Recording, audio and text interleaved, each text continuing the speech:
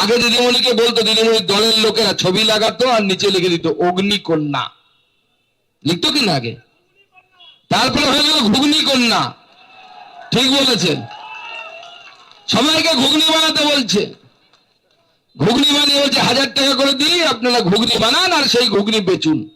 আমরা ভারতীয় জনতা পার্টি একটাই কথা বলছি, 1000 টাকা দিয়ে যদি ঘুগনি তৈরি করে বেচে বড়লোক হওয়া যায়, যদি সংসার চালানো যায়, যদি বাচ্চার মুখে দুটো ভাত দেয়া যায়, তাহলে আপনার ভাইপো কেন ঘুগনি বেচে না? সবার আগে এটা ঠিক করে বলতে বলো। আমরা একটা ভাইপো তো ঘুগনি বেচতে পারতো, তাহলে আমরাও ঘুগনি বেচবো, কোনো অসুবিধা নেই।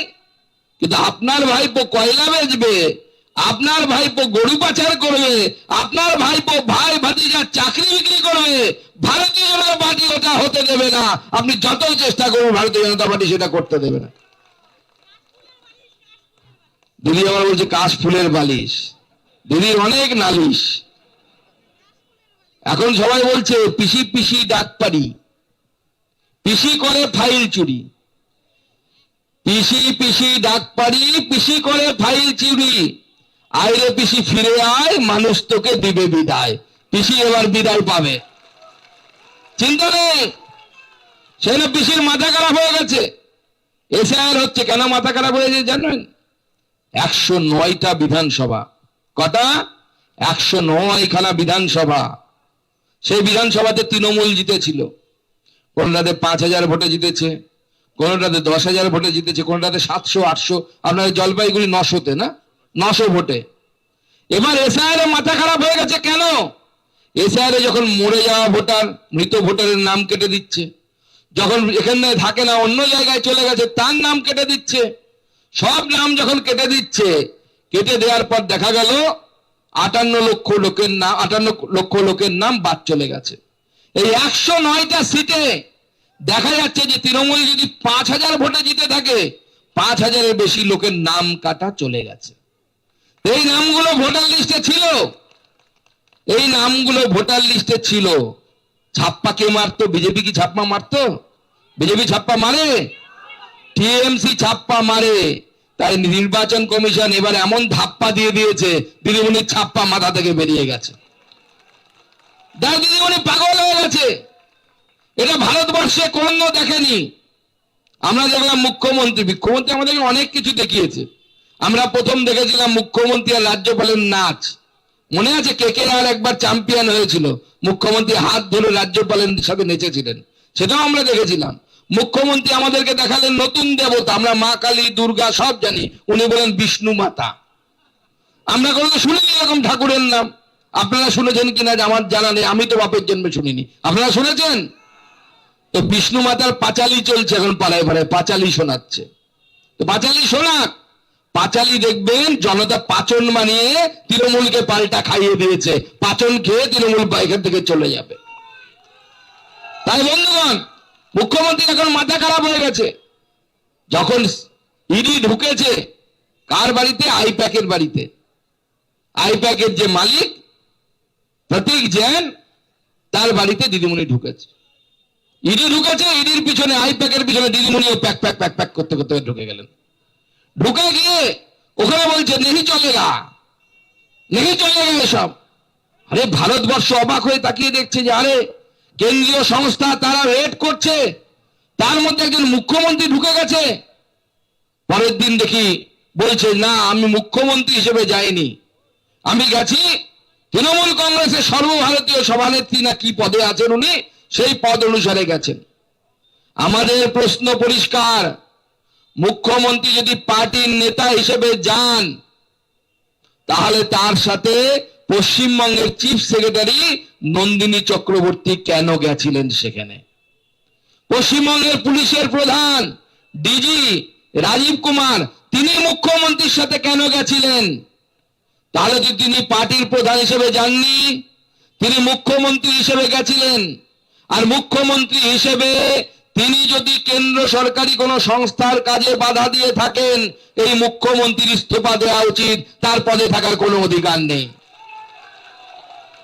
কি ঠিক বলছি কিনা?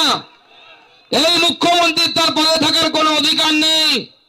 তিনি এই রাজ্যকে জলাঞ্জলি দিয়েছেন, এই রাজ্যকে শেষ করে দিয়েছেন। তারপরে তিনি এই রাজ্য নয়, ভারতবর্ষের যে একটা স্ট্রাকচার আছে, ভারতবর্ষের যে একটা গঠন আছে, সেই গঠনকে সম্পূর্ণরূপে তিনি ধ্বংস করে দেওয়ার চেষ্টা করছেন। কেন? কারণ প্রত্যেকে এই ভারতবর্ষের এই সংস্থাগুলোর নিয়ম আছে। কোর্টকে আমরা মানি।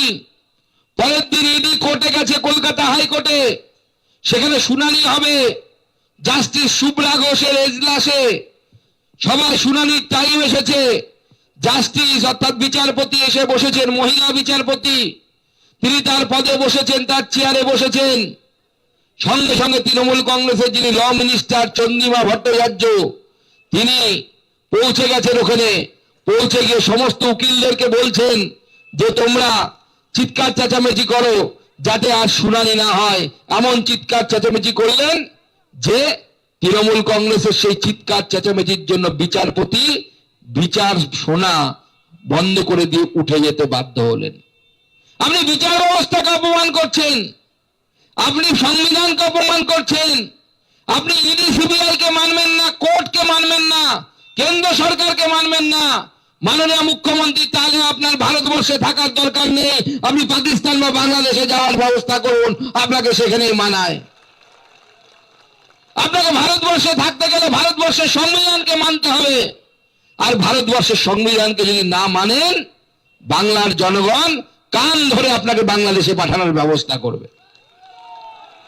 বাংলার জনগণ কান ধরে আপনাকে পাঠানোর ব্যবস্থা করবে। আর দিদিমণির সাগরে রয়েছে, তার একটা ভাইপো আছে, চেনেন তো? কেউ কেউ বলে কয়লা ভাইপো। সেই কয়লা ভাইপো সব জায়গায় ঘুরে বেড়াচ্ছে, গিয়ে সেখানে এখানে লম্বা করে র্যাম্প পালাচ্ছে, র্যাম্পে গিয়ে ফ্যাশন শো করছে, এরকম করে হাঁটতে হাঁটতে তার মতো বাদ দিয়ে হিরোর মতো ঘুরে বেড়াচ্ছে। আরে এত হিরো হওয়ার শর্ত সিনেমা কর না, কে মানা করেছে? সিনেমা কর, কোনো অসুবিধা নেই। সে বলছে বিজেপি সাধারণ মানুষ, ভালো মানুষ নাকি বিজেপি করে না। সে বলছে বিজেপি করে কারা? যারা পাতাখোর, যারা নেশাখোর, তারা নাকি বিজেপি করে। অভিষেক বাবু শুনে রাখুন, আপনি তো 12 অব্দি পড়াশোনা করেছেন, আপনাদেরকেও তথ্যটা জানিয়ে রাখি। আমাদের এই পশ্চিমবঙ্গে প্রায় 1300 মন্ডল আছে। 1300 মন্ডলের মধ্যে আমাদের মন্ডল সভাপতি থাকে, আপনারা তো সবাই জানেন। আমাদের 70% মন্ডল সভাপতি, মানে 100 জনের 70 জন তারা গ্রাজুয়েট, অর্থাৎ অভিষেক বাবুর থেকে বেশি পড়াশোনা করেছেন।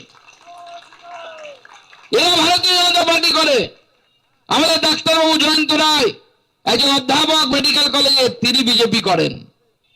আমাদের প্রত্যেকটি নেতা তারা ভারতবর্ষের সামনে এক একজন তার নিষ্ঠা, তার সততা, তার প্রমাণ রেখেছেন। আপনি দুদিনের ছোড়া, দুদিনকার ছোকরা রাজনীতিতে এসেছেন, আপনার বিরুদ্ধে এত অভিযোগ। আর আমরা কিভাবে রাজনীতি করি জানেন? আপনি তো 7 দিন আগে আমার লোকসভাতে গেছিলেন বালুরঘাটে।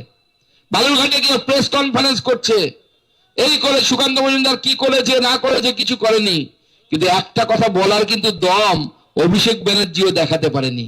সেটা হচ্ছে যে সুকান্ত মজুমদার দুর্নীতি করেছেন। এটা হচ্ছে আমাদের দম।